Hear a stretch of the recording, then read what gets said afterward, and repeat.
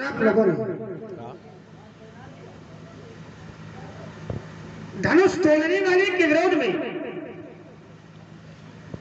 भार्गव श्री परशुराम जी की एक घोषणा हो गई। शमशोरी मोरा सब लगाओ अविहाई समाजा नट मारे देंगे सब और राजा या तो धनुष तोड़ने वाला सब लगाओ। सो माने बाप लगाओ माने अलग हो जाए, बिहाई माने छोड़कर समझो माने समाज को। बहुत तेज बोल वो धनुष तोड़ने वाला आवाज स्पीड दोनों समाज छोड़ करके अलग हो जाए आवाज और ऐसा न किया गया तो फिर महात्मा जी के द्वारा व्यवहार क्या किया जाएगा? तो कह रहे हैं कि राजा मारे जाएंगे और राजाओं में से कुछ राजा नहीं मारे जाएंगे। अगर धनुष तोड़ने वाला सन्मुख न आया, अगर धनुष तोड़ने वाला समाज छोड़ करके महात्मा जी के सामने प्रस्तुत न हुआ तो एक निर्णय महात्मा जी ने ले लिया कि नट मारे गई है सब राजा, सभी राजा मारे जाएंगे। जब पूर्व की और वाक्यावली पर मैं चिंतन करता हूं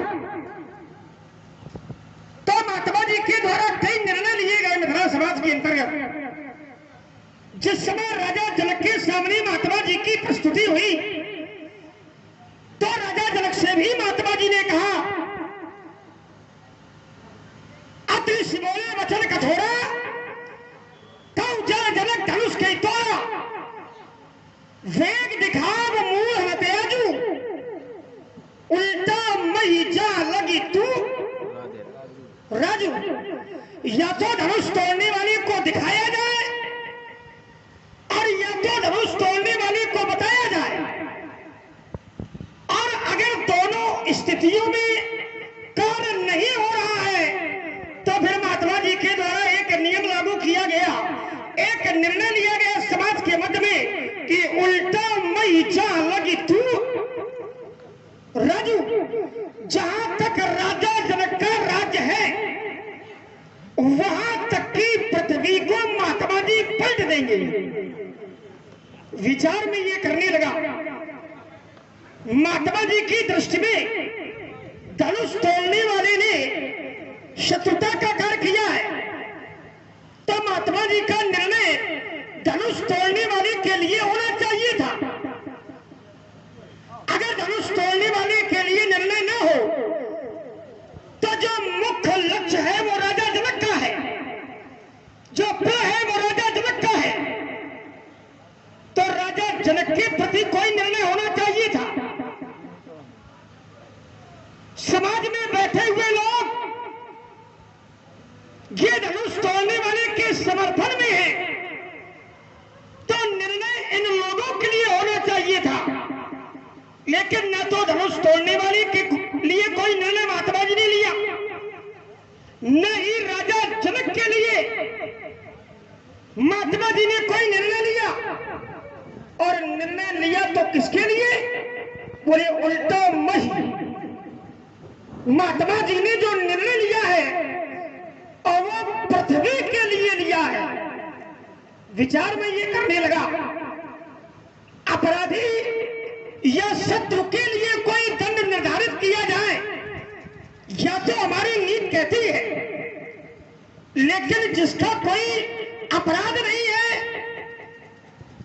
जो अपराध के समर्थन में भी नहीं है,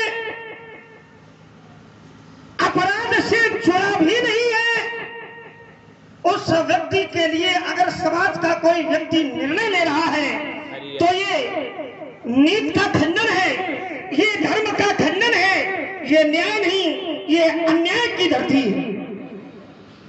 क्या माता पृथ्वी के द्वारा भी कोई कार्य बिगाड़ा गया है? और अगर पृथ्वी के द्वारा कोई कार्य नहीं बिगाड़ा गया तो महात्मा जी का जो निर्णय है वो पृथ्वी के लिए क्यों है? ये बात कम समझ में आ रही है। महात्मा जी का जो विरोधी है वो कौन है?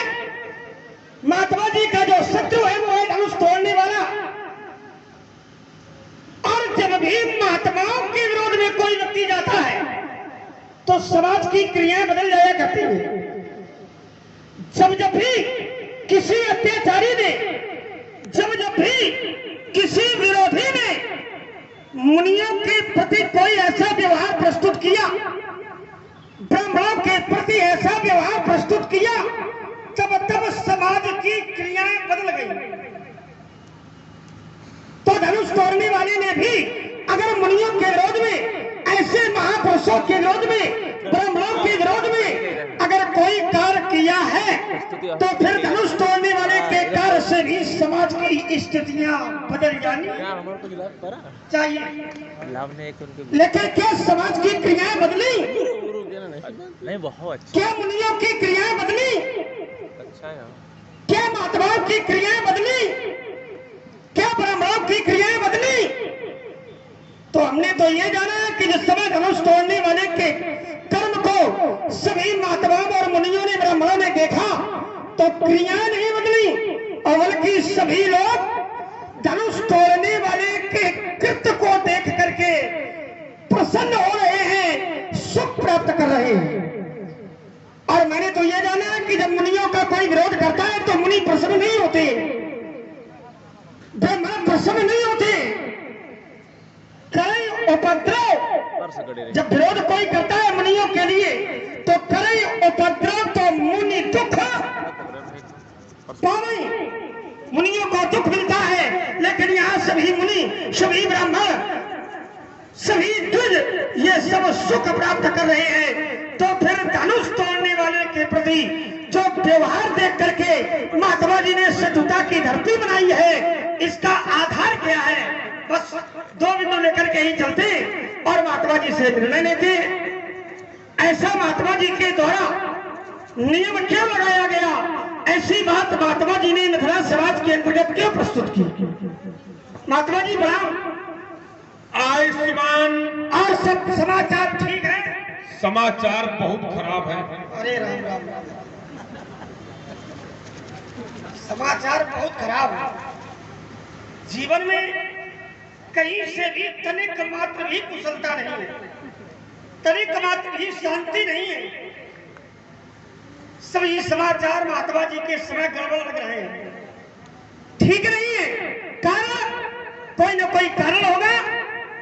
जीवन में क्रियाएं बदलती है तो किसी न किसी कारण का माध्यम बना करके बदला करती है। अगर महात्मा जी की क्रियाएं आज बदली है, अगर महात्मा जी आज कुशल से नहीं है, जीवन के समाचार ठीक नहीं है, तो कोई ना कोई हेतु होगा, कोई ना कोई कारण होगा। ध्यान केंद्रित किया मैंने महात्मा जी की हो तो देख रहा हूं कि क्रोध की अति है, क्रोध है, मूल में क्रोध है। क्रोध कारण, कोई ना कोई कारण होगा। ध्यान केंद्रित किया, धनुष टूट गया, और धनुष के टूटने पर ही महात्मा जी को क्रोध है। और अगर धनुष के टूटने पर क्रोध है तो महाराज मिथिला में तो केवल एक ही धनुष टूटा है। हमने एक नहीं, दो नहीं, तीन नहीं, बल्कि बहुधर्म ही तोड़ी रखाई। अरे बाल काल में हमारे द्वारा अनेकों धुनियां तोड़ी गई, आपके द्वारा ऐसा दर्शन, ऐसा प्रदर्शन, ऐसा व्यवहार कभी प्रस्तुत मजा नहीं आई सुनने में, नहीं किया गया। आपके द्वारा क्रोध किया गया। मैं ये नहीं कहूंगा कि क्रोध नहीं किया गया, लेकिन कहूंगा असरिस, ऐसा क्रोध नहीं किया गया। तो महाराज क्या कारण है? क्या धनुष पर ममता है? और अगर ममता है तो कोई ना कोई हेतु होगा, कोई ना कोई कारण होगा। महाराज ज्ञानियों की सभा में ज्ञानियों का आधार बना करके मैं ये जानना चाहता हूं कि यही धन पर ममता के हेतु, ममता के मूल में क्या है?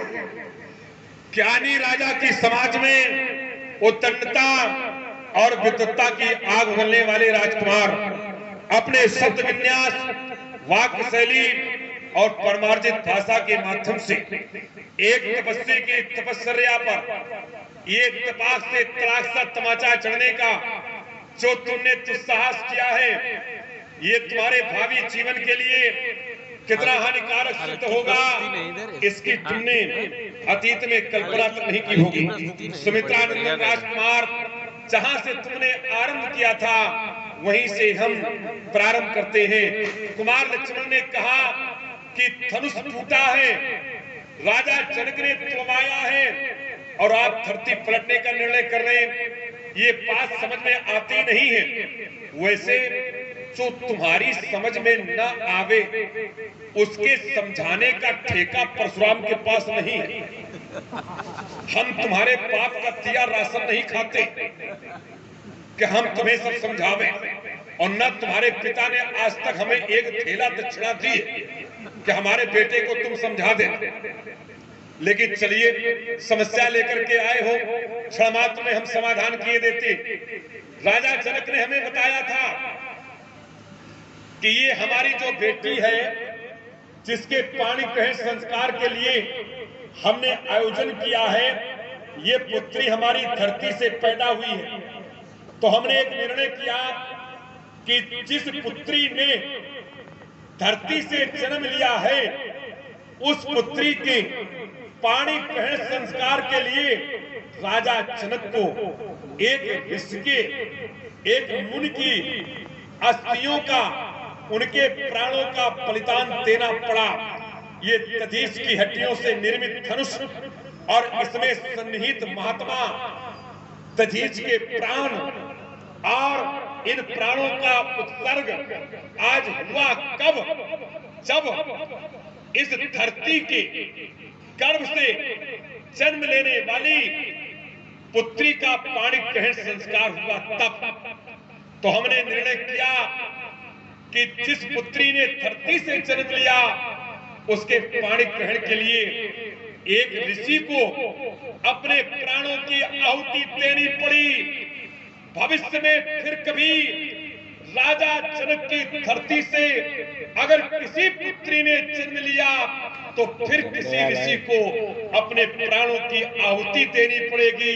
तो निर्णय किया कि धरती पलट दूंगा, फिर कोई बेटी जन्म नहीं लेगी धरती से, और जब कोई बेटी जन्म नहीं लेगी तो उसके पाणी ग्रहण संस्कार के लिए किसी ऋषि को अपने प्राणों की आहुति नहीं देनी पड़ेगी। इसलिए उल्टा बहुत बढ़िया। एक दूसरा बिंदु तुमने हमें दिया कि धनुष तोड़ने वाले ने धनुष को तोड़ा है तो महात्माओं ने, मनीषियों ने उसका पक्ष लिया है। कुमार लक्ष्मण, अगर आज तुम्हें महात्माओं के, मनीषियों के पक्ष की चिंता सता रही है तो विचार गंभीरता से ये कीजिएगा कि यही वो मनीषी हैं, यही वो महात्मा है जिस समय राजा जनक का प्रण पूरा नहीं हुआ था तो ये सभी कह रहे थे, सोचे सकल कहत सकुचाही और विधि सन विनय करत मन माही।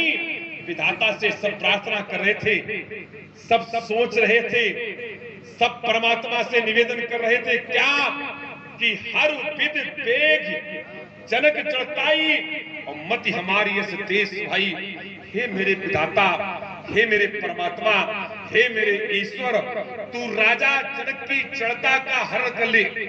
हर विध वेग जनक चढ़ताई, चढ़ता माने मूर्खता। राजा जनक का ये निर्णय, ये मूर्खता का निर्णय है। हर विध वेग जनक चढ़ताई और मति हमारी इस देश सुहाई। मति माने पुत्र, सुहाई माने पवित्र। मेरी जैसी पवित्र पुत्र इस राजा जनक को आप भगवान दे दीजिएगा तो जिस समय याज्ञवल्क्य जैसा ज्ञानी, साकल्य जैसा तर्कण, बंदी जैसा विद्वान, गार्गी जैसी वृद्धि महिला के नेतृत्व में महात्माओं के द्वारा ये निर्णय पारित किया गया था, तब तुम्हारी बुद्धि ने चिंतन क्यों नहीं किया? तब धनुष के खंडन के लिए आपने अवरोध क्यों उत्पन्न नहीं किया? ये चिंतन का विषय है कुमार लक्ष्मण, ये सोचने का विषय है।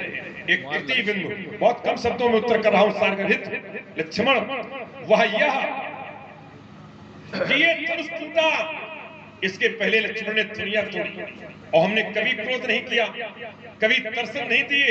एक सीधा सा उत्तर कर रहा हूं, जब तुमने दुनिया तोड़ी उनसे कोई आवाज, कोई ध्वनि ऐसी नहीं हुई जो हमारे किरण महेंद्र तक पहुंचती और हमें ये ज्ञात कराती कि लक्ष्मण के द्वारा ये कार्य किया जा रहा है। तो क्या जब ये श्रीमान अजगो महोदय टूटे तब इनकी ध्वनि पहुंची?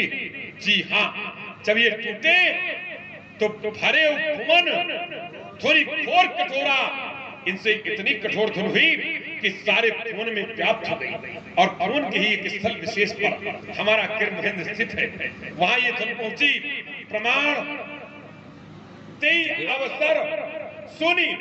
अब कोई प्रश्न कर दे भगवान परशुराम जी क्या सुनी, तो सीधा उत्तर है शिव धनु भंगा। हमने सुना कि शिव धनुष टूट गया, तो आए बिल्कुल हमारा आगमन हुआ। लक्ष्मण तुम्हारी ध्वनियों में ध्वनि नहीं तो हमने सुना नहीं, सुना नहीं तो जाना नहीं, और जाना नहीं तो आना नहीं, और आना नहीं तो क्रोध करने का कोई औचित्य बना नहीं। एक अंतिम बिंदु है तुम्हारा, यही धन पर ममता। आपको धन से ममता क्यों है? आपके पूर्वज थे जिन्हें मुन जी के नाम से जाना जाता है। श्री हरि, हरि की नाम से कमल, कमल से ब्रह्मा, ब्रह्मा के मरीच, मरीच के कश्यप, कश्यप के विवस्वान, और विवस्वान के महाराज वैवस्वत मनु। अपने विचारों को संकलित किया। एक व्याकरणाचार्यों ने कहा आज से एक ग्रंथ की रचना हो गई जिसे लोग मनु स्मृति के नाम से जानेंगे। और उस मनु स्मृति में उन्होंने लिखा कि विप्राणाम तो ज्ञान तो ज्येष्ठम, क्षत्रियाणाम तो वीरता। ब्राह्मण ज्ञान से श्रेष्ठ होता है, क्षत्रिय अपनी प्रजाओं की वीरता से श्रेष्ठ होता है, वैश्य जिसके पास धन अधिक होता है वह श्रेष्ठ माना जाता है, और चतुर्थ वर्ण सेवा से महान होता है। हम ब्राह्मण हैं, आए कुल, हम भगवंशी ब्राह्मण हैं, हम ज्ञानी हैं, और ज्ञानियों के हृदय में ममता नहीं होती। एक संविधान की सीधी धारा रामचरितमानस से आपको अवगत कराती कि रस रस सुख सरित पानी और ममता त्याग करे जिम। ज्ञानी, ज्ञानियों के हृदय में ममता नहीं होती, इसलिए चिमण मेरे हृदय में कोई ममता नहीं। रेन पालक काल बस ये बोलत तीन समार, राजा के लड़के तू संभाल करके नहीं बोलता।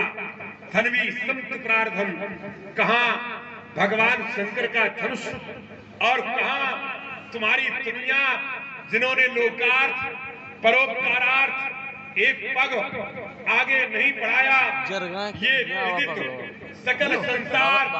तो कहा भगवान शंकर का धनुष, और कहा तुम्हारी दुनिया, कहा तुम्हारी दुनिया, कहा भगवान शंकर का धनुष, कहा राजा भोज, और कहा बढ़िया सुंदर, ये नियम बढ़िया लगाया आपने। कहा राजा भोज और कहा महाराज ये ज्ञानियों की समाज है, वक्तव्य जब प्रस्तुत करनी चाहिए तो विचार करके करनी चाहिए। आइए जहां से आपने आरंभ किया मैं वहीं से प्रारंभ हो रहा हूं। आपने कहा कि सीता का जन्म पृथ्वी से हुआ है, और सीता के पाने के संस्कार में एक महात्मा के तेज का विकसन हुआ है। इसलिए मैं पृथ्वी को पलटूंगा कि अब तो कोई कन्या द्वारा जन्म न ले, और आज के बाद कोई धनुष न टूटे किसी ब्राह्मण के तेज पर, साधना पर कोई आंच ना। विचार किया मैंने, ये तो नीति वही हो गई कि महाराज अपराध कोई और कर रहा है और फल किसी और को भोगना पड़ रहा है। क्या ऐसा भी नियम है कोई? अरे भाई माता पृथ्वी ने सीता को जन्म दिया, तो क्या इसमें माता पृथ्वी का कोई अपराध है क्या? अब राजा जनक ने ये क्यों करवाया है ये तो राजा जनक ही जानता है। अगर किसी पुत्र का जन्म मां की कोख से हुआ है और उस पुत्र का पिता अपराधी है, तो क्या मारा जाएगा पत्नी को? क्या निर्णय पत्नी के लिए लिया जाएगा? एक अत्याचारी है, उसका बेटा भक्त है और साधारण भक्त नहीं है, बहुत बड़ा भक्त है। खत्म।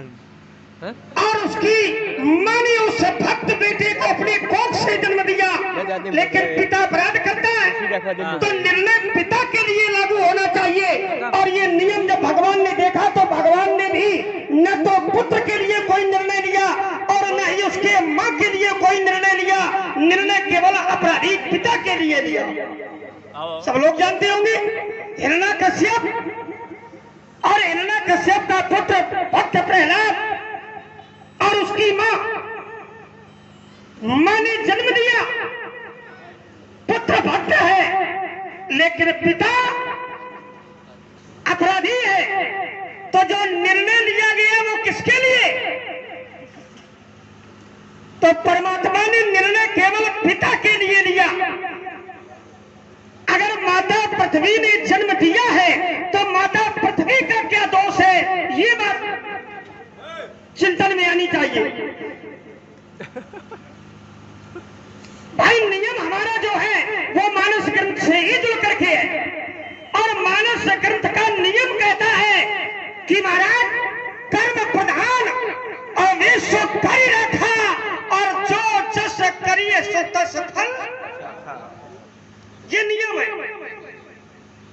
लेकिन आपके द्वारा जो बात रखी जा रही है वो नियम में नहीं है। तो माता पृथ्वी ने अगर जन्म दे करके कोई अपराध किया हो, आइए मैं भागवत महापुराण का एक सूत्र देता हूं। अरे माता पृथ्वी तो सबका भार हरण करती है। धर्मम भजस्व सततम तजिलोक धर्मन, कभी अधर्म के मार्ग में नहीं चलती है। सेवस्य साधु पुरुषान जी काम स्नान, हमेशा साधुओं की सेवा में रत रहती है। अन्य से दोष गुण चिंतन नाश भूत्वा सेवा कथा रस भाव नितराम पिबत्व। तो जो माता पृथ्वी का कार्य है, माता पृथ्वी का नियम है, वो हमेशा धर्म के प्रति ही आरूढ़ रहता है।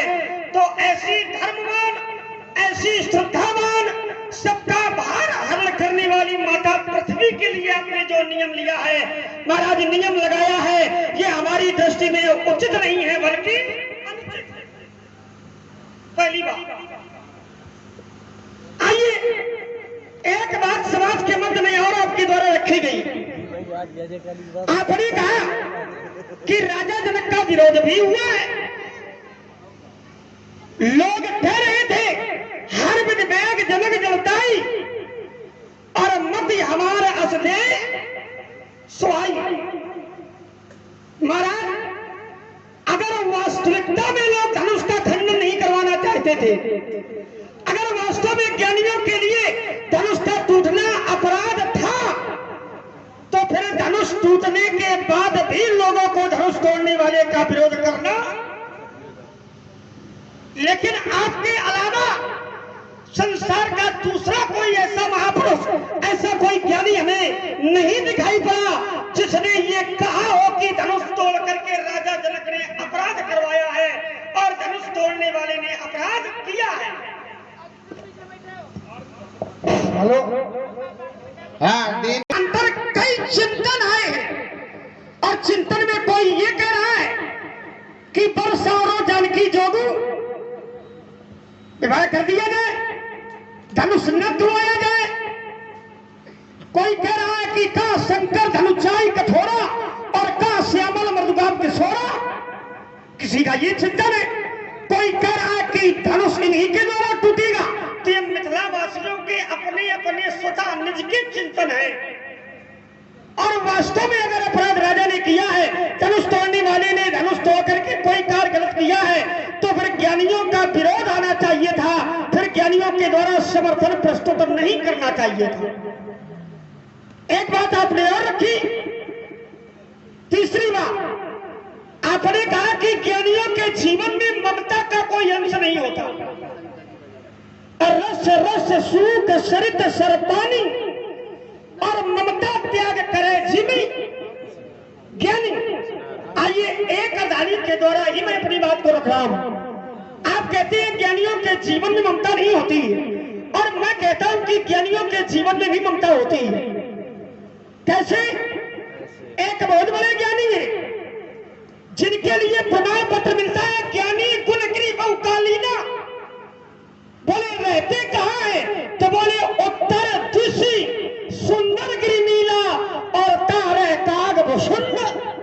और वो स्वयं अपनी मुख के द्वारा ये बात प्रमाणित करते हैं कि यही तन राम भगत में पाई और करते मोहि ममता अधी। तो ज्ञानियों के जीवन में भी ममता होती है और ममता सबको करनी चाहिए। महाराज पुनः मैं अपनी वाणी पर अल्प विराम देता हूं। आपके वक्तव्य के श्रृंखला की तुति कड़ी जहां से समापन लेती है, हमारे वक्तव्य के श्रृंखला की तुति कड़ी का वहीं से उद्घाटन होता है। लक्ष्मण ने कहा कि कागभूषुंड जी के हृदय में ममता है। एक प्रमाण दिया मानस का, ये हितन राम भगति में पाई ताते मोई ममता अधिकाई। हमें ममता इसलिए है इस तन से कि हमने राम भक्ति पाई। परमात्मा ने एक संदेश दिया है सबको, क्या कि जननी जनक बंद सुत तारा और तन, देखिए वही शब्द आया जो शब्द आपने प्रयोग किया है, यही तन राम भगत। तो कहते हैं ईश्वर कि तन धन धाम सुभद परिवारा और सबके ममता ताक बटोरी और मम पद मनहि पाद बटोरी। सभी स्थानों की ममता समेटो और मेरे चरणों में आकर के बांधो। तो ये परमात्मा का संदेश है। अब आपको अच्छा लगे तो आप मानिए और ना अच्छा लगे तो अंधे कुआं में जाकर गिरिए। आइए दूसरा बिंदु, एक लक्ष्मण ने कहा, उसको हमने गंभीरता के साथ में सुना और बड़ी प्रबलता से कहा कि ये धरती का क्या दोष है। आप धरती पलटने का क्यों निर्णय कर रहे हैं? आपने धरती के लिए क्यों कहा? तो पहले तो एक बात ये समझो कि हम सारी धरती नहीं पलटेंगे, उल्टा मैं जहां लग तू राजू, राजा जनक का जहां तक राज्य है बस उतनी धरती हम पलटेंगे। जो शिष तन व्रन होय कुसाई तो मात चिराव कठिन की नाई। माता को पालक बहुत प्रिय होता है। एक भी कष्ट पालक कभी माँ के द्वारा देखे नहीं जाते हैं, लेकिन अगर पालक के शरीर में जो शिष तन व्रन, व्रन कहते हैं फोड़े, अगर फोड़ा हो जाए तो मात चिराव कठिन की नाई। माता उसकी शल्य क्रिया, उसका उपचार चिकित्सक के हाथ करा देती है। बट ठीक उसी प्रकार से मैं संपूर्ण धरती नहीं पलटूंगा, केवल राजा जनक की उतनी धरती पलटूंगा जिस धरती से बेटी ने जन्म लेकर के एक ऋषि के प्राणों का बलिदान दे करके पालित रहे संस्कार की रचना की गई। इसलिए कुमार लक्ष्मण, हमारा सारा धरती पलटने का, संपूर्ण धरती को पलटने का हमारा निर्णय नहीं है। आइए, आपने एक बात कही थी कि ये कर्म है, कर्म प्रधान विश्व करी राखा और जो जस करे सो तस फल। अगर कर्म के अनुसार ही फल मिलता है तो ये ताड़ुका जीवन भर मुनियों को कष्ट देती रही, साधुओं को सताती रही, यज्ञ भंग करती रही। इसे तो नरक जाना चाहिए था, कर्म बड़े खराब थे। लेकिन एक ही पान आपके सानिध्य में ये कार्य हुआ, एक ही पान और प्राण हर लीना और तीन जानते निज पद दीना। परमात्मा ने कर्म के अनुसार उसे फल नहीं दिया, उसे मारा और मार करके नरक नहीं भेजा, निज पद अपना स्थान दे दिया, वैकुंठ का धाम दे दिया। अगर कर्मों से ही फल की प्राप्ति होती थी तो ताड़का को नरक जाना चाहिए था। फिर तुम्हारे ही सानिध्य में ये कार्य संपन्न हुआ और कुमार लक्ष्मण ताड़का को वैकुंठ का धाम प्राप्त हुआ। ऐसा क्यों? एक तीसरा बिंदु इसी श्रृंखला में जोड़ करके हम तुम्हें और समर्पित किए देते हैं। वह यह बड़ी गंभीरता के साथ में तुमने अपना पक्ष रखा और कहा कि ये तो मिथिला है, कोई कुछ कह रहा है, कोई कुछ कह रहा है, कोई कुछ कह रहा है। ये अपने अपने सबके व्यक्तिगत विचार हैं। अच्छा, ये अपने अपने सबके व्यक्तिगत विचार हैं और ये विचार, ये क्या कोई सामूहिक विचार था या व्यक्तिगत विचार था? जो आपने कहा कि महात्मा उसके, हाँ एक बात बड़ी चीज आपने जोड़ी कि अगर ये विरोध में थे तो फिर जब धनुष टूटा था तो इनको विरोध में ही रहना चाहिए था, विरोध करना चाहिए था। अब इनके पास विरोध करने की सामर्थ्य बची कहां? क्यों? 3 लोक के जे फटमानी और सबके सकत सम धनु भानी। इस धनुष ने 3 लोक के जितने भी योद्धागण थे सबकी शक्ति को समाप्त कर दिया। और धनुष तोड़ने वाले ने जिस बल से, जिस पौरुष से धनुष को तोड़ा है वो बल किसी के पास नहीं है। वो धरती पर अगर किसी के पास है तो एकमात्र परशुराम के पास है। धनुष तोड़ने वाला कैसा है? मनो वीर रस धरे शरीरा, वो वीर रसधारी है। और धरती पर वीर रसधारी अगर कोई है तो परशुराम है। शांत वेश, करनी कठिन, वर्ण जाई स्वरूप और थारी पूरी तन जनु वीर रस। तो धनुष तोड़ने वाला भी वीर रसधारी और ये परशुराम भी वीर रसधारी। इसलिए विरोध करने की सामर्थ्य मेरे अतिरिक्त किसी में नहीं कुमार लक्ष्मण, इसलिए मैं विरोध कर रहा हूं। और किसी में ये सामर्थ्य नहीं है और किसी में ये शक्ति नहीं है। हमारा विरोध सार्थक, हमारा विरोध शास्त्र के अंतर्गत सही। आइए पुनः आपने अपनी दूसरे क्रम में प्रस्तुति प्रस्तुत की और पुनः मैंने आपकी प्रस्तुति पर ध्यान दिया, विचार किया। आइए पहली बात आपकी आई, आपने कहा कि भाई पृथ्वी मैंने पूरी पलटने की बात नहीं कही है। मैं जानता हूं कि पूरी पृथ्वी को पलटने की आपने बात नहीं कही। आपने केवल राजा जनक के राज्य को पलटने का नियम लगाया है। केवल राजा जनक का राज्य जहां तक है और वहां तक की पृथ्वी को आप पलटेंगे। महाराज एक नियम में लगा रहा हूं यहां पर। आपकी दृष्टि में धनुष का खंडन हुआ तो आप धनुष तोड़ने वाले को अपराधी मानने लगे, क्योंकि आपका जुड़ाव धनुष से है। तो महाराज हम सभी का जुड़ाव भी माता पृथ्वी के साथ में है, चाहे वो राजा जनक के राज्य की पृथ्वी हो या महाराज अयोध्या की पृथ्वी हो या महेंद्रजल की पृथ्वी हो। हर स्थान से हम सभी जितने भी मनुष्य रूप में नर उपस्थित हैं तो सभी का व्यवहार कहीं ना कहीं माता पृथ्वी से लगा हुआ है।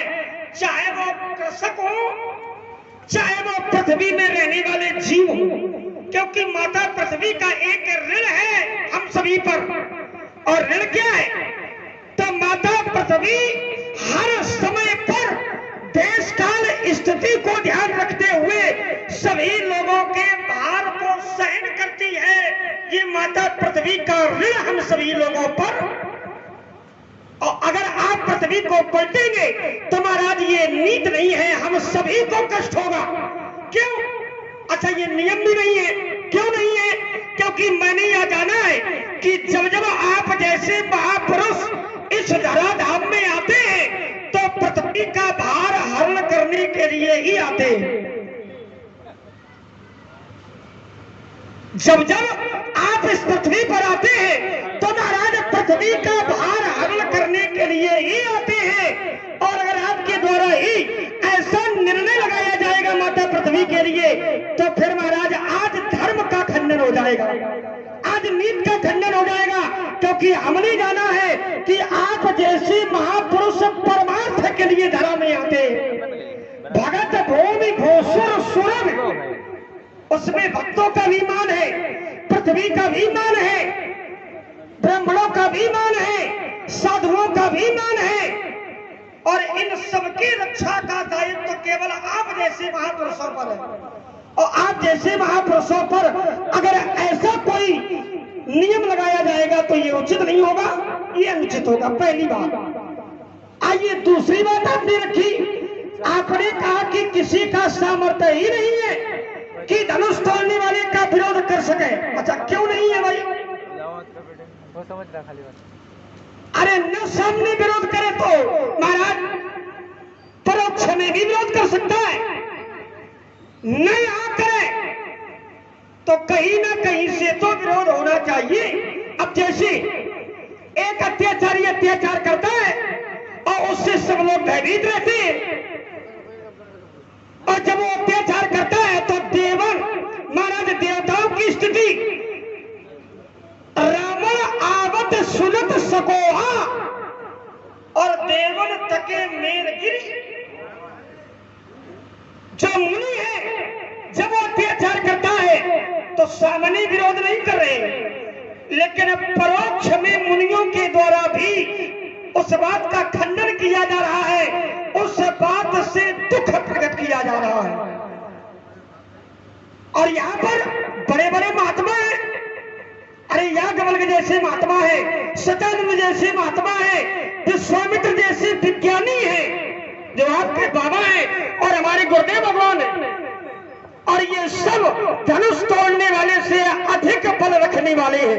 ये लोग चाहे तो विरोध कर सकते हैं, लेकिन विरोध करने की बात छोड़ो महाराज, विरोध की तो कोई सोचता ही नहीं है।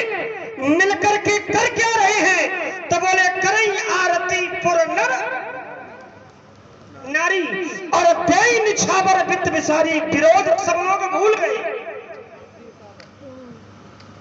तो महाराज जहां से भी आपके द्वारा नियम लगाया जाए, विचार करिएगा कि धनुष तोड़ने वाले ने कोई अपराध नहीं किया, इसीलिए ये लोग धनुष तोड़ने वाले का विरोध नहीं हुआ।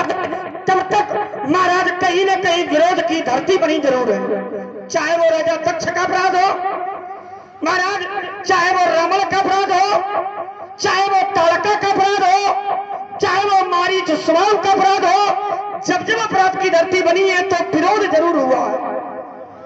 इसलिए अगर यहाँ भी अपराध है, यहाँ भी अनैतिक कर्म है, तो विरोध की धरती बननी जरूर चाहिए थी, नहीं बनी। इसका मतलब कि महाराज अपराध नहीं। आपने एक बात छोटी सी और रखी है, आपने कहा कि महाराज ममता करनी चाहिए। क्यों? आपने कहा कि ममता का त्याग करना चाहिए, मैंने कहा ममता करनी चाहिए, तो आपने एक सिद्धांत लगाया। आइए मैं एक सिद्धांत आपको और देता हूं। महाराज संत कहते जैते निज कछु स्वार्थ होई तो तापर ममता कर सब। जहां भी किसी का स्वार्थ होता है वहां पर ममता करनी चाहिए, ऐसा आचार्यों का मत है, और आचार्यों का मत कभी असत्य नहीं हो सकता है। महाराज पुनः मैं अपनी वाणी पर अल्प विराम देता हूं। आइए कुमार लक्ष्मण, सागर में सब मोती नहीं, कुछ घोंगे भी होते हैं। सागर में सब मोती नहीं, कुछ घोंगे भी होते हैं, और सब राजकुमार विद्वान नहीं, कुछ तुम जैसे घोंगे भी होते हैं। बड़ी कहानी गड़बड़ है तुम्हारी। हमको पाठ पढ़ाते हो कि जही पर कछु निज स्वार्थ होई तही पर ममता कर सब कोई। जहां स्वार्थ होता है ममता वही होती है। अगर स्वार्थ से ही ममता होती है तो कुमार लक्ष्मण तुम जब से पैदा हुए, जरा व्यास जी को बुलाओ क्योंकि थोड़ा रस जो है एक बने तो अच्छा लगे। आओ। इसलिए कुमार लक्ष्मण इस धरती पर जिस दिन तुम पैदा हुए उस दिन से तुम्हारा भी स्वार्थ है, और तुमने ममता नहीं की। अगर स्वार्थ से ही ममता जन्म लेती है तो आपने भी तो स्वार्थ के लिए ही अपने भैया राम के चरणों में अपनी प्रीत जोड़ी थी। क्यों नहीं हुआ उस समय पर ममता का जन्म? मैं एक मानस से आपको प्रमाण दिए देता कि ये जही अरे जही पर का छुनी जी। आपने कहा स्वार्थ होता है वही ममता होता है, लेकिन आज मैं ये विचार करता कि ये पारई ते देखिए हमारे श्रीयोग व्यास कानपुर महानगर की धरती से गंगा के तट पर बसी हुई कानपुर नगरी से पधारे। आप बहुत ही सुंदर व्यास और बड़े ही लगनशील हम सब लोगों के अत्यंत प्रिय कुमार लक्ष्मण, जिस समय तुम्हारा जन्म हुआ अपने भैया के चरणों में स्वार्थ के लिए तुमने अनुराग रखा। ये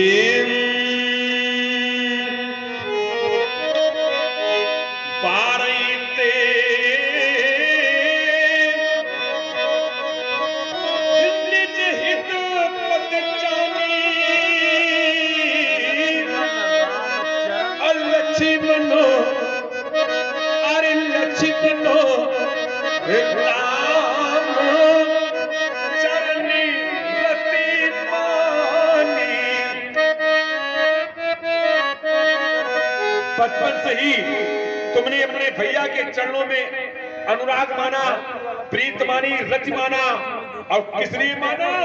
निज हित।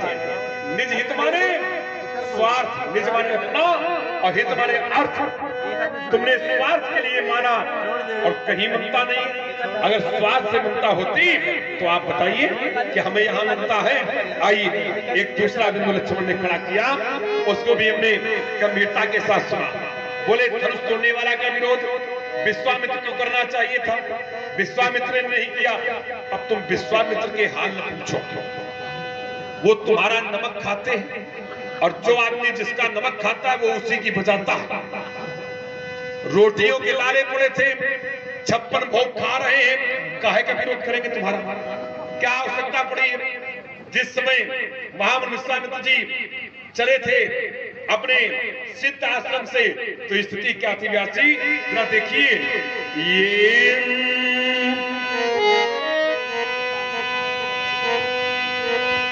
अरे देखती जगी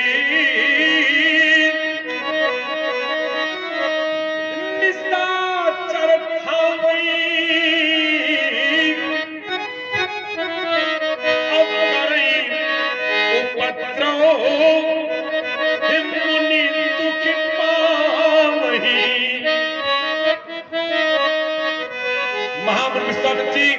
यज्ञ करते थे और यज्ञ में विघ्न डाल देते थे। कौन? निशाचर। विध्वंस हो जाता था यज्ञ, और जब यज्ञ विध्वंस हो जाता था तो जो प्रसादी बनती थी, जो भोजन बनता था, उसका कहीं अंत में क्रम ही नहीं आ पाता था। तो पहले यज्ञ होता है और यज्ञ जब संपूर्ण हो जाता है तब पूर्ण आहुति होती है उसी में, और पूर्ण आहुति के पश्चात जब संपूर्ण यज्ञ समाप्त हो जाता है तब आखिरी में प्रसादी पड़ती है, भंडारा चलता है। यही तो नियम है। और यज्ञ अगर बीच में ही विध्वंस हो जाए, यज्ञ खंडित हो जाए, यज्ञ ना हो तो बताओ भंडारा होगा? नहीं होगा। प्रसादी बटेगी? नहीं बटेगी। तो महामुनि विश्वामित्र जी यज्ञ करते थे, यज्ञ बीच में खंडित हो जाता था, भोजन प्रसादी मिलती नहीं थी, तो रोटियों के लाले पड़े थे, खाने को मिलता नहीं था। अब तुम्हारे राज दरबार में आए, और जब राज दरबार में आए तो देखा चक्रवर्ती सम्राट ने, और कहा उन्होंने, ये विश्वामित्र जिस समय राज दरबार में महामुनि विश्वामित्र जी पधारे, चक्रवर्ती सम्राट ने क्या किया? अरे करी दंडवत ही मुनि सने मानी, अरे निज आसन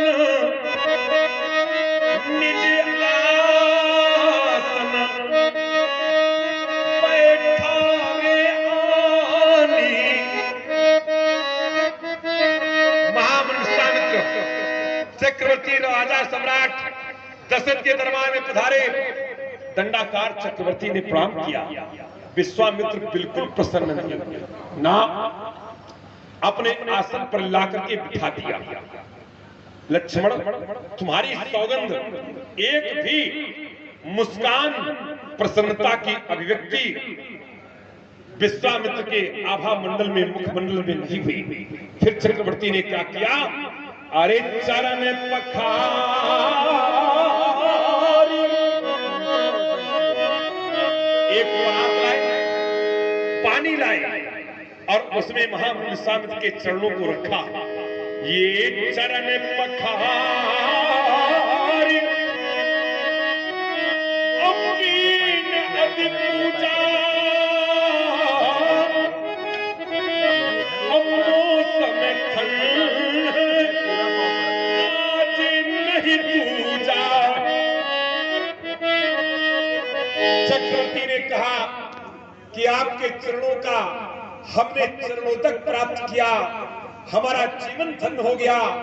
इस धरती पर हमसे बड़ा कोई भाग्यशाली नहीं है कि इन्हें अति पूजा विधि विधान से महामुनि विश्वामित्र के चरणों की पूजा की। लक्ष्मण, मैं तुम्हारी पूर्ण सौगंध चारों भाइयों की खाता हूं कि विश्वामित्र जी बिल्कुल प्रसन्न नहीं, ना कोई प्रसन्नता नहीं। अब देखो अब क्या हुआ। चक्रवर्ती सम्राट ने अरे विविधि भांति ये विविधि भांति भोजन करवा तो मुनिवरो अरे मुनिवरो हर भय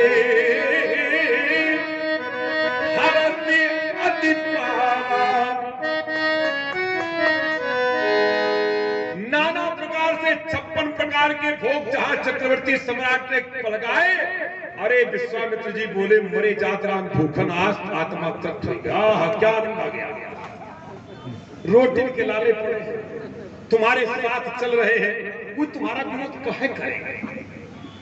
जो जिसका नमक खाता है, चाहे धर्म हो और चाहे अधर्म हो, प्राणी उसी की बचाता है। और यही हाल तुम्हारे यहाँ है। दुनिया के जितने आचार पहले कथा कहते हैं, बाद में भोजन पाते हैं, इनके गुरु का नियम उल्टा। वो कहीं कथा कहने जाए, बोले कथा धरो किनारे, यह तो सब होती ही रहा थी, रोजे काम आए। पहले लाओ, इधर लाओ। और हम नहीं ग्रंथ कह रहा। अरे करी भोजन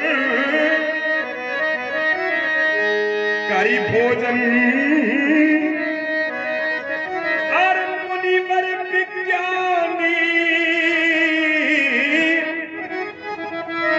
लगे अरे फिर लगे कहानी कचू ये कथा पुरानी। पहले भोजन बाद में कथा। दुनिया के आचार पहले कहते कथा बाद में भोजन, और इनके गुरु का नियम उल्टा, पहले भोजन तब कथा। ये हाल तुम्हारे गुरुदेव के है, कोई विरोध काहे करेगा। क्या लेना देना पड़ा है। अच्छा सुंदर भोजन बन रहा है, बढ़िया मालपुआ स्वास्थ्य देखा था गुरुदेव के समय। जब मिले थे तो वैसे थे, बिल्कुल ईमानदारी बात। अब देख लियो चीरे 4 बघारे 8 है, कोई विरोध काहे करेगा। उन्हें क्या लेना, अपने पैर कुल्हाड़ी काहे को मारेंगे, क्या जरूरत पड़ी। बातचीत नहीं करेंगे, अच्छी बात न करें, हमें क्या लेना देना। इसलिए कुमार लक्ष्मण ये बातें न बताओ। एक बात थी क्या, धरती धरती धरती धरती पलटने की बात आप करते थे, मैंने कई प्रमाण दिए। आपने कहा धरती के लिए आते हैं ना, फिर चलिए एक सारी बातें काटता हूं आपकी। आपने चोखा पढ़ा था क्या, ये भगत भूमि भूसुर सुरभि सुरहित लागी कृपाल करत चरित धरि मनुज तन ये सुनत मिटई जंजाल। कितने आपने बताए, भगत भूमि भूसुर सुरभि और सुर, ये 5 आपने बताए। हम इसमें भूमि को काटे देते हैं, एक अलग कर रहे हैं, और एक मैं भी दोहा पढ़ रहा हूं। किसके लिए, विप्रथेन सुर संहिता विप्रथेनु सुर संहिता विप्रथेन सुर संहिता मनुजी अवतार हरि इच्छा निर्मित तनु या निज इच्छा निर्मित तनु माया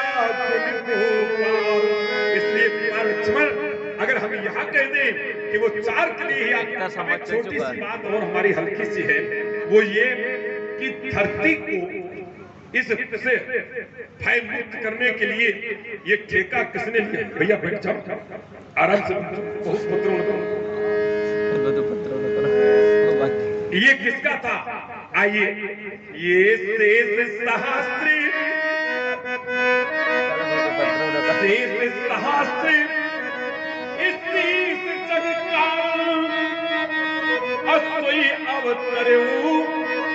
भूमि भय कारण, धरती का भय मिटाने के लिए आप यहाँ पर आए हैं। भूमि भय कारण कौन? शेषावतार लक्ष्मण भूमि का भय मिटाने के लिए आए। तो भाई भूमि का भय मिटाओ। अब भूमि का भय नहीं मिटा सकते तो कम से कम भूमि को भयभीत तो न करो। राजा जनक का व्रत पूरा नहीं हो रहा था और आपने जब क्रोध किया तो एक परिणाम निकल करके सामने आया। क्या? ये लखन तक हो धरती वाला जब दिने तो का बात कराओ यार, नहीं करते हैं तो मैं खुदे बताएंगे, बताइए तो ना करिए बात अरे मही गज टोले, जिसमें आपने क्रोध किया तो ये धरती टगमगा गई, वसुंधरा कांप गई, ये भयभीत हो गई। लक्ष्मण धरती को कैसे मुक्त कराने आए थे और धरती को ही भयभीत कर रहे हो। हम समझ नहीं पा रहे हैं कि धरती को अगर भय मुक्त नहीं कर सकते तो यहाँ तक तो चलेगा, लेकिन धरती को भयभीत तो न करो। अगर धरती को भयभीत करते हो तो ये न्याय होगा कि अन्याय होगा, ये धर्म होगा कि अधर्म होगा। और सबसे बड़ी बात ये है कि ये तुम्हारी ईमानदारी है कि ये तुम्हारी बेईमानी है। हाँ, चिंतन करते हैं। एक बात बताओ, विश्वामित्र जी से कोई पुराना बैर है क्या आपका? क्योंकि हमने जब जब देखा है, जब आए थे मिलने तब भी आपने यही किया, और जहां से हमने विश्वामित्र जी का नाम लिया तो आपने पूरा आरोप विश्वामित्र जी पर ही। तो कोई पुरानी रंजिश है क्या? बनती नहीं है क्या बस में आप लोगों को? ये बात समझ में कम आ रही है व्यास जी। आओ अब इस पर चिंतन करो।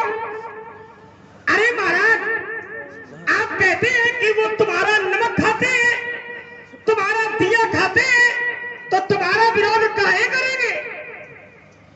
अरे महाराज, मैं अपने विरोध की चर्चा कर रहा हूं क्या? एक एक बात, मैं ये नहीं कहता हूं हमारा विरोध करें, बात यहाँ धनुष तोड़ने वाले की है। वो तुम्हारा नहीं है, अब वो अलग है क्या? देखो, अलग अभी अलग है, क्योंकि चरित्र से भी मैं अपने आप को या उन्हें नहीं जोड़ रहा हूँ। चलिए अच्छा, हम सिद्ध करेंगे वो तुमसे अलग है। ये चरित्र भी अलग है और समाज भी जब अलग नहीं है। जब जानकारी भी आ जाएगा तब बात यह नियम लागू हो जाएगा। अभी नियम, अभी जानकारी में बात नहीं है, इसलिए ये नियम नहीं लगेगा। और फिर अरे महाराज, क्षत्रियों का ये परम कर्तव्य है, परम धर्म है कि जब भी ब्राह्मण अपने घर में आए तो महाराज हर प्रकार से ब्राह्मण की पूजा करनी चाहिए। तो अगर ब्राह्मण देवता हमारे घर में गए और पिताजी ने पूजा की, सब कुछ किया, भोजन भी करवाया, और भोजन करवाना भी चाहिए ब्राह्मणों को। सर्वप्रथम तो भोजन ही करवाना चाहिए, और वही हमारे पिताजी ने किया। लेकिन बात ये नहीं है कि भोजन नहीं मिल रहा तो मरे जा रहे हैं। भाई कम से कम विचार तो करिए तो पकड़ लिया कि भोजन नहीं मिला। अरे महाराज, महात्मा विश्वामित्र जी के पास ऐसी विद्याएं हैं, जाते लाग न क्षुधा पिपासा और अतुलित बल तनु तेज, और हमको भी दिए। अब जिसके पास में ऐसा बल है, ऐसी साधना है, ऐसी विद्या है, अब उनके लिए कहेंगे ये बात व्यास जी कहो कि भोजन नहीं मिल रहा तो मरे जा रहे। फिर हम सब सुन रहे हैं अच्छे मन से, क्योंकि मैं लेकिन ध्यान इतना रहे, हमने जितना कहा है नहीं, उतने ये कहेंगे। वो सब पूरा जोड़ो।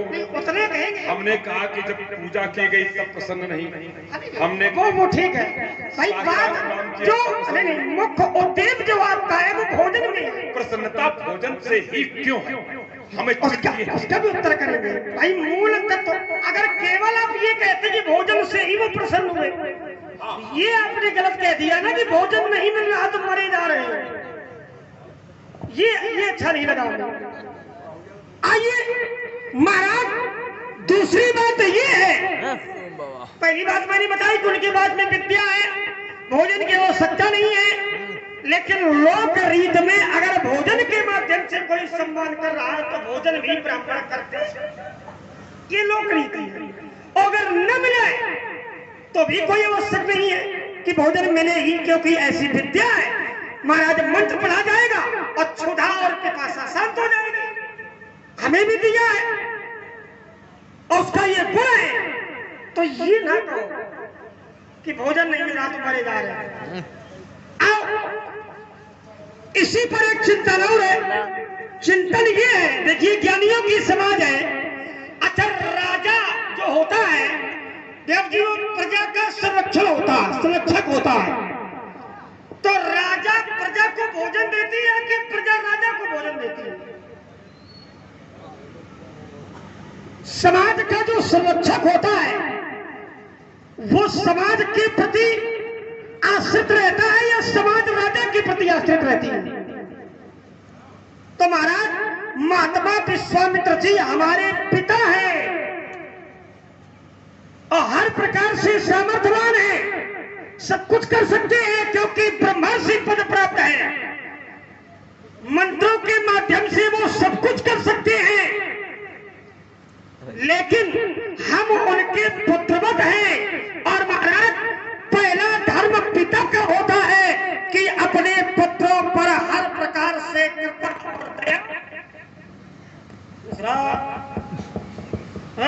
जीतू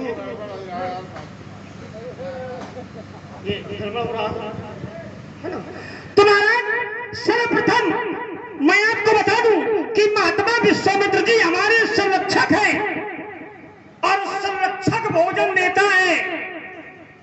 प्रजा कभी राजा को भोजन नहीं देती है।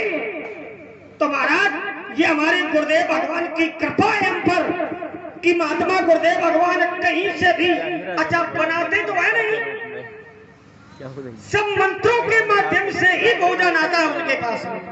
वो हमें भी करवाते हैं, अपना भी करते हैं। अयोध्या से हम कोई राशन लेकर थोड़ी आए, अरे खाते तो महात्माओं का ही है समय, क्योंकि महात्माओं के साथ रह रहे हैं, मुनियों के साथ रह रहे हैं। तो जो लोग वो बनाकर खाते हैं वही हमको खिलाते हैं, तो वो हमारा नहीं खा रहे, हम स्वयं उनका ही खा रहे हैं। इसलिए महाराज, ये नियम नहीं लागू होगा। अब रही बात, अब मैं भोजन पर ज्यादा प्रकाश इसलिए नहीं डालूंगा कि अब इतना बहुत है। मैंने 3 बातें रखी हैं भोजन में, अब चिंता ना कर लेना, समझदार हो। आओ, आपने कहा कि लक्ष्मण तुम्हारा भी कोई ना कोई स्वार्थ है, लेकिन ममता नहीं करते हो। देखिए, ममता के भी 2 आधार हैं, एक है लौकिक जगत, एक है अलौकिक जगत। लौकिक जगत में जो ममता की जाती है वो ममता त्याज्य होती है, और परमार्थ सत्ता के प्रति जो ममता की जाती है महाराज, वो सब लोग करते हैं, करनी भी चाहिए। और वो हमारे गुरुदेव के रूप में है, हमारे भैया ही हमारे लिए सब कुछ है। चाहे माता समझ लो, चाहे पिता समझ लो, चाहे भाई समझ लो, चाहे स्वामी समझ लो, और चाहे गुरु समझ लो। मोरे सबई एक तुम स्वामी और 3 बंधु और अंतर, गुरु पित मातु न जानू काहू और कहां सुबाह नाथ पति। अब रही बात, क्या मेरा सांसारिक स्वार्थ है क्या राम जी से? अभी राम जी के विषय में आप जानते नहीं हो, मैं जानता हूं राम जी के विषय में।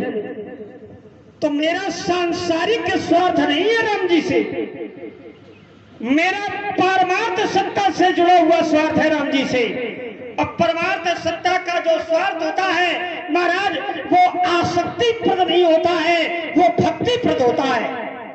तो मेरा जो स्वार्थ है वो भक्ति प्रद है, वो विश्वास प्रद है, वो परमार्थ के प्रति है। और व्यास जी, गुरुदेव भगवान के चरणों में कभी ममता नहीं की जाती है, गुरुदेव भगवान के चरणों में हमेशा श्रद्धा की जाती है, उपासना की जाती है।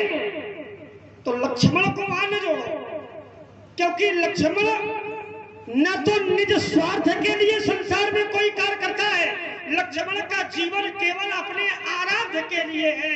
और केवल परमात्मा के लिए जो व्यक्ति समर्पित हो जाए, फिर उसे सांसारिकता से जोड़ करके ये नियम नहीं लगाना चाहिए जो नियम आप लगा रहे हो। तो हमारा परमार्थ स्वार्थ है, हमारा सांसारिक स्वार्थ नहीं है। आइए एक बात में हम आपका सीधे उत्तर के देते थे कि लक्ष्मण शास्त्र की लड़ाई, हाँ, शास्त्र और शास्त्र से लड़ो, घर की लड़ाई तो है नहीं। घर की है नहीं। हम जितना कहते हैं उसका सबका सटीक प्रमाण देते हैं, और आप जितना कहते हो उसमें प्रमाण कम होता है, भाषण ज्यादा होता है। और अंत में आपने जो एक क्षण आपने कहा था कि मैं पृथ्वी को हटा ही दे रहा हूं, 4 लोगों के लिए वो आती है महाराज, जो मुख्य उद्देश्य है वो पृथ्वी का ही है। चलिए मैं पुनः जोड़े दे रहा हूं महाराज। जब पृथ्वी की पीड़ा को देखा परमात्मा ने, तो क्या किया? भुज उठाए प्रणकीन कि निश्चर हीन करो मही। क्या किया? और महाराज पृथ्वी के भार को मैं निश्चरों से मुक्त कर दूंगा, निश्चरों से हीन पृथ्वी को मैं कर दूंगा। ऐसा परमात्मा ने भुजा उठा करके किया। तो महाराज पृथ्वी भी साथ में लगी है। कारण अनेक हैं, कहीं पृथ्वी को जोड़ दिया गया है, कहीं पृथ्वी को हटा दिया गया है। राम जन्म के हेतु अनेका और परम विचित्र एक थे। हम इसको नहीं, हम सीधे कहते व्यास जी कि ये सो अरे सो केवल, अरे सो केवल भक्तन हित लागी, अपरम कृपालु प्रवृत्ति अनुरागी। सो केवल, केवल माने दूसरा फिर नहीं, सो केवल, केवल केवल भक्त, परम कृपाल प्रणत अनुरागी, और ज्यादा की हमें आवश्यकता नहीं है। आइए अब कुमार लक्ष्मण ने कहा कि हमारे भैया स्वामी एकमात्र है, कौन? राम। और उनके लिए तुमने कहा कि ये कुरुपिति मातु न जानऊ काहू, अब कहूं स्वभाव हिंदनाथ पतियाहू। मैं गुरु को नहीं जानता, माता को नहीं जानता और पिता को नहीं जानता। आप गुरु को नहीं जानते। जिस समय महामुनि विश्वामित्र तो आपके गुरुदेव हैं, और उन्होंने आज्ञा दी, क्या कहा व्यास जी? अब तक ईमानदारी से बिल्कुल एक एक प्रमाण दो। ऐसे भाषण तो हम भी बहुत देर दे सकते हैं, लेकिन मेरे जीवन में इसका कभी मूल्य नहीं रहा। क्या ये बिगड़ते दिवस ही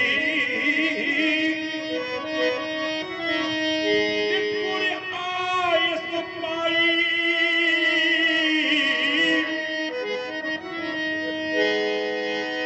संध्या अरे संध्या, संध्या करनी चले तुम भाई। अब देखिए ईमानदारी क्या कहती है कि गुरुदेव ने आदेश दिया कि जाओ संध्या करो, विगत दिवस गुरु आए, गुरु की आज्ञा, संध्या करण चले दो भाई। और आप गुरु को जानते नहीं हो, तुम्हें उसी जगह कह देना चाहिए था कि भैया हम संध्या नहीं करेंगे, क्योंकि हम गुरु को नहीं जानते हैं, इसलिए गुरु की नहीं मानते हैं। आप हमें आदेश दो तब हम संध्या करेंगे। अगर नहीं जानते थे तो क्यों बात मान ली, क्यों स्वीकार कर लिया, क्यों आपने ऐसा किया, इसकी क्या आवश्यकता पड़ी थी? और इतने नहीं, अब आइए, पिता को नहीं जानते, तुम्हारे गुरुदेव हमारे साथ आए थे, तुम्हें मिलाया था और परिचय दिया था। क्या कहा था गुरुदेव ने कि ये राम लखन दशरथ के टोटा,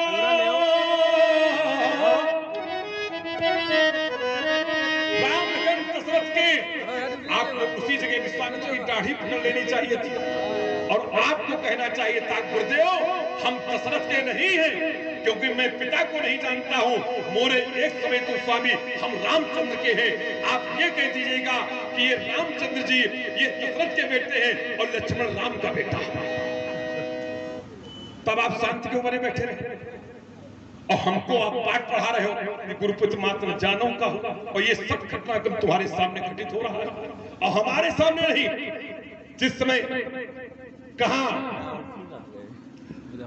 सीरत खोजने कि कहो नाथ, ये कहो नाथ सुंदर तो बालकी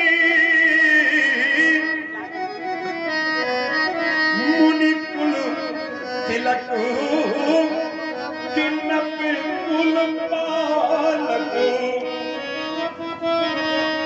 आप कहें ये बालक किसके? तो चक्रवर्ती सम्राट का ही परिचय दिया था विश्वामित्र ने और कहा था कि राम लखन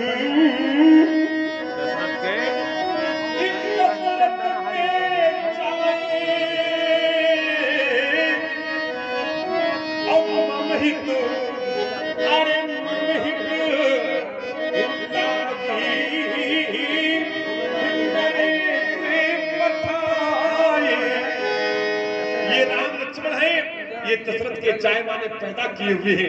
तब आपको कहना चाहिए था कि नहीं गुरुदेव, राम जी लक्ष्मण अलग अलग हैं, राम जी दशरथ के जाए हैं और हम रामचंद्र के जाए हैं। और कहते हैं गुरुपिता मात्र जानो का हो। अब पता नहीं तुम्हारी वाली सही है ये वाली सही है, हम खुद नहीं समझ पाते। और चलिए एक बात आपने कही, कई बातें इसमें आपने जो भाषण बहुत देर तक देते रहे, लेकिन एक बात प्रमाण से जब तक नहीं निकलती से तब तक आनंद रस तो इसी का। घर की लड़ाई तो है नहीं, अब शास्त्र की लड़ाई जैसे चाहो वैसे। आपने कहा गुरुदेव जानते थे कि ये भगवान के ऊपर कैमरा करते हुए ये चाहते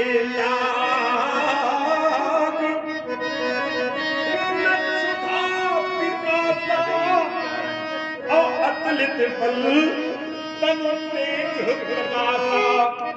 गुरुदेव के पास एक ऐसी विद्या है जिससे पिपासा नहीं लगती, जिससे क्षुधा नहीं लगती। तो एक बात बताओ कि जिस समय चक्रवर्ती सम्राट ने विविध भात भोजन करवावा, मुनिवर हर्ष अति पावा, तो उस समय ये कह देते कि चक्रवर्ती आपको इसकी आवश्यकता ही क्या है लाने की, हमारे पास तो वो विद्या है कि चाहते लाग न क्षुधा पिपासा, हमें भूख लगती ही नहीं। अब भूख लगती नहीं तो पूरा का पूरा थाल साफ कर दिया, दूसरे को प्रसाद देने तक के लिए नहीं बचा था। उसमें ये भी प्रमाण नहीं मिलता है कि एक भी कहीं सुई की नोक के बराबर उसमें अन्न का तिनका भी छूटा हुआ, सब पूरा चाट चाट के सब चाट। और तुम्हें लगता है कि उसमें क्षुधा पिपासा ये सब अच्छी व्यवस्था, तो एक बार तो कहीं से सांस लेते, सांस लेना तो दूर रहा, टकार तक तो आई नहीं। और हमें पाठ पढ़ा रहे हो तो ये पाठ कुमार लक्ष्मण अच्छी हमें नहीं लगती है। अब बहुत देर तक हम समय न तोड़ेंगे, आइए सत्या चिंतित कड़ी सीधे छोड़िए। गाली नहीं उत्तर करूंगा। अरे क्या बात है, आनंद आ गया है ना? हाँ आनंद आ गया। भाई मैंने इसलिए देखिए कोई आधार बनाने के लिए वाक्यावली का प्रयोग करना। हाँ तुम पर तुम्हारा आधार आइए पहली आजादी ले। तुम्हारा आधार कुछ ज्यादा चौड़ा लंबा है। अरे मेरा ही तो आधार हर जगह पर है। अच्छा कहाँ है बताओ? हर जगह, सकल जगत का आधार, हाँ हाँ सारे संसार का आधार मेरा है। तो सारे संसार का आधार लंबा चौड़ा नहीं क्या छोटा सा? नहीं, ये आधार जो है आपका, तो ये सारे संसार का आधार, सारे संसार का भार आप ही के ऊपर है। सकल जगत आधार गुरुदेव भगवान ने ऐसा कहा है। चलिए मैं अब एक एक आधारी पर पहली आधारी व्यास जी पृथ्वी के लिए मैंने कहा था पृथ्वी का भार हरण करने के लिए वो आते, तो सीधे आधारी है मेरी क्या है? परमात्मा ने कहा बोले हरि वो सकाल अरे भूमि गरुवाई अरे हरि सकल अरे भूमि गरुवाई और निर्भय हो देव समूह। पहली बात का उत्तर परमात्मा ने कहा कि मैं आऊंगा तो सबसे पहला जो कार्य है मेरा वो क्या है? तो हरियो सकल भूमि करवाई, सबसे पहले मैं पृथ्वी का भार ही हरण करूंगा। पहली बात का उत्तर। आइए दूसरी बात आपकी आई। देखिए महाराज, अब आपने ऐसी जगह से बात को जोड़ा है। क्या लक्ष्मण ने आज तक अपने मुख से किसी को गुरु या पिता स्वीकार किया? भाई मेरे ऊपर नियम लगाने से पहले आप पर भी ये नियम लगता है। मैं अपनी बात कर रहा हूं, मेरे लिए केवल राम जी ही मेरे सब कुछ हैं। अब संसार क्या कहता है मैं संसार की नहीं जानता हूं, कोई कुछ भी कहता है। अब लोक रीत में सबके 5 पिता होते हैं, सबकी 5 माताएं होती हैं, सबके 5 गुरु होते हैं।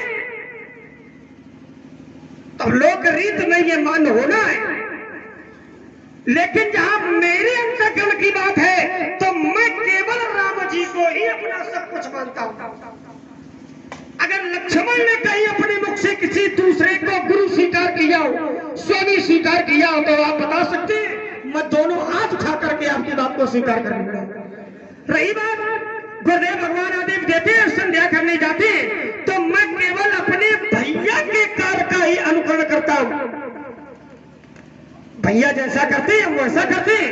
और जब नीति देखते हैं तो महाराज राम जी की एक नीति और है, हाथ जोड़ने से काम न बने तो फिर दूसरी नीति का पालन करना चाहिए। तो मैं केवल राम जी की नीति पर ही चलता हूं। राम जी संध्या करने के लिए गए तो पीछे से हम भी लग गए, क्योंकि साथ में हैं। इसलिए अगर लक्ष्मण ने कहीं पर भी किसी को स्वामी गुरु स्वीकार किया हो तो आप बता सकते हैं मैं आपकी बात को स्वीकार करूंगा। विश्व के सारे झूठा मर के सर के चले गए व्यास जी, होना चाहिए। विश्व के सारे झूठा मर के चले गए और तुम हमारी खोपड़ी खाने को चिंता पड़े हो। कहते हो राम का केवल अनुकरण करते हैं और किसी का करते नहीं। अगर करते हो तो बता दो, ये गुरु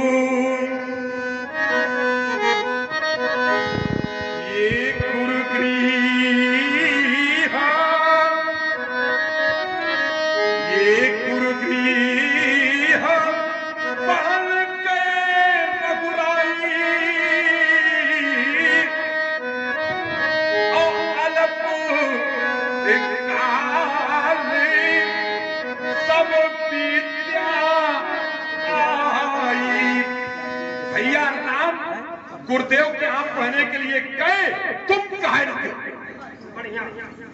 तुम क्यों नहीं कि अगर राम का अनुकरण करते हो तो तुम्हें भी जाना चाहिए था साथ में ना।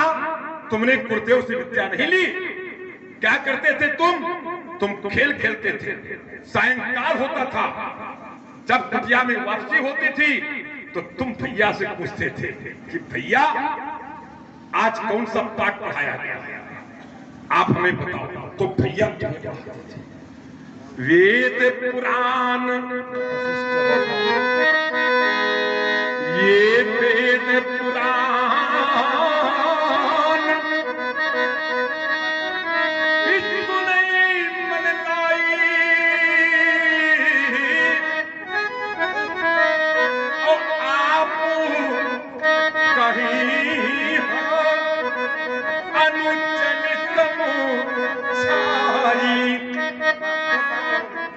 अनुजन माने छोटे भाइयों को वेद और पुराण ये भैया पढ़ाते थे, तुम्हें समझाते थे और स्वयं गुरुदेव के यहाँ पढ़ने जाते थे। तो अब यदि तुम राम का अनुकरण करते हो तो राम ने भी जाकर के गुरुदेव के यहाँ शिक्षा प्राप्त की थी, तुमने क्यों नहीं की?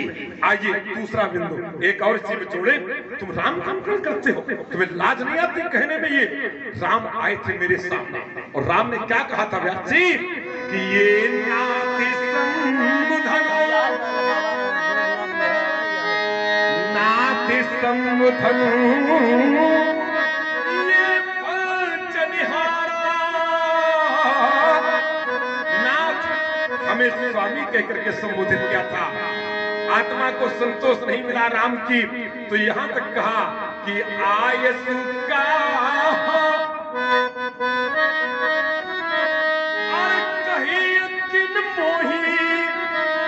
आप आदेश करें, ये राम का चरित्र है और तुम राम का अनुकरण कर रहे हो। अगर राम ने हाथ जोड़ करके ये बात कही थी और उनका तुम अनुकरण करते हो तो तुम्हें तो दंडाकार काम करके ये बात कहनी चाहिए थी। राम ने एक बार आदेश मांगा था, तुम्हें 2 बार आदेश मांगना चाहिए था। तुम राम का अनुकरण करते हो, लाज नहीं आती तुमको ये कहने में? और तुमने किया क्या? अरे सुनी मुनि पचन 36 का आंकड़ा तुम्हारा, ये सुनी मुनि पचन लखन मुस्काने अब बोले परसू हरे अपमाने। तुमने हमारा अपमान किया, राम सम्मान करते हैं और तुम राम का अनुकरण करते हो, तुम्हें अति सम्मान करना चाहिए था, तुम हमारा अपमान करते हो और कहते हो राम का अनुकरण करते। तुम्हें लाज नहीं आती ये बात कहने में? आपको थोड़ा तो इस पर विचार करना चाहिए था, सोचना चाहिए था। और रही बात गुरु की, तो गुरु की मानते हो, मैं फिर एक चौपाई पढ़ूंगा। हाँ समय जाने ये समय जाने पूरे आयस पाई तो लेना अरे लेना प्रसून चले तो भाई। दोनों भाई गुरुदेव का आदेश पा करके प्रसून माने फूल लेने के लिए पुष्प वाटिका की ओर चल पड़े। आपको कहना चाहिए था कि गुरुदेव हम तुम्हारी बात नहीं मानेंगे, हम राम की बात मानते हैं। आपने आदेश दिया, हम क्यों माने? जब मेरे स्वामी राम आदेश देंगे तब हम फूल लेने के लिए जाएंगे। आपको कहना चाहिए। सब तरफ से पधे हो, कहूं से निकल न पाए। महाराज मेरी बात का कहीं से खंडन नहीं है इसमें, सब खंडन हो रहा, इसलिए सीधी सी बात है। और तुम्हारी बोलती बंद हुई, को चक्कर यंत्र बंद हो सकता है।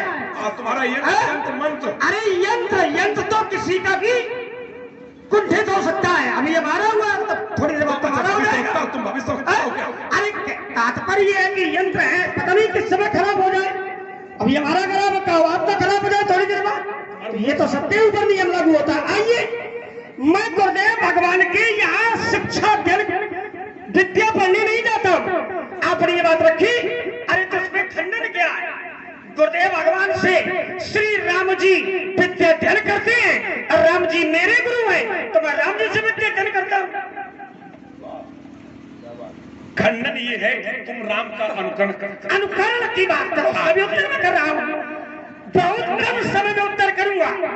तो राम जी अपने गुरुदेव भगवान से विद्या अध्ययन करते हैं और गुरुदेव भगवान मेरे राम जी हैं, तो आप कहाई अनुजन समझाई, तो जो अनुजों को मेरे गुरुदेव भगवान समझाते हैं बस मैं वही समझ करके ही अपना अध्ययन करता हूँ।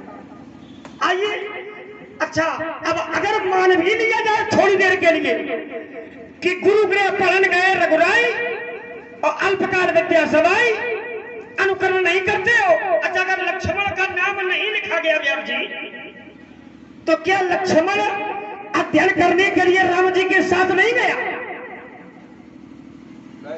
अब सीधे प्रमाण होगा महाराज जो आओ, अगर लक्ष्मण का नाम नहीं है इसलिए आप ये नियम लागू कर रहे हो, तो महाराज कई स्थानों पर लक्ष्मण का नाम नहीं है। देव जी पहला प्रमाण संभालो आप। जिस समय हम लोग सिद्धाश्रम से चले, जिस समय हम लोग सिद्धाश्रम से चले, तो वहां जो प्रमाण मिलता है वहां लक्ष्मण का नाम नहीं है। क्या है? ओम खनो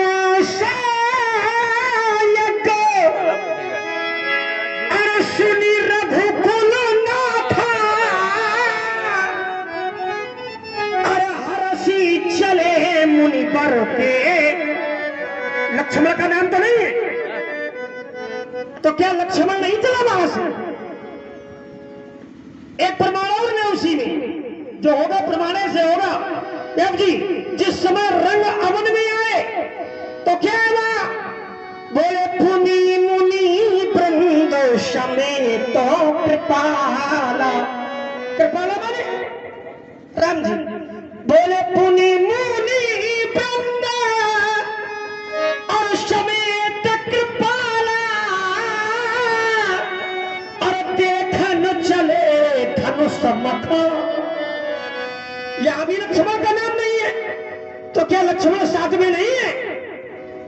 अंतर इतना है कि महाराज आचार्यों ने प्रमुखता राम जी को दे दी है और तीनों भाइयों को गौर कर दिया है, इसलिए राम जी का नाम है, लक्ष्मण का नाम। आइए कुमार लक्ष्मण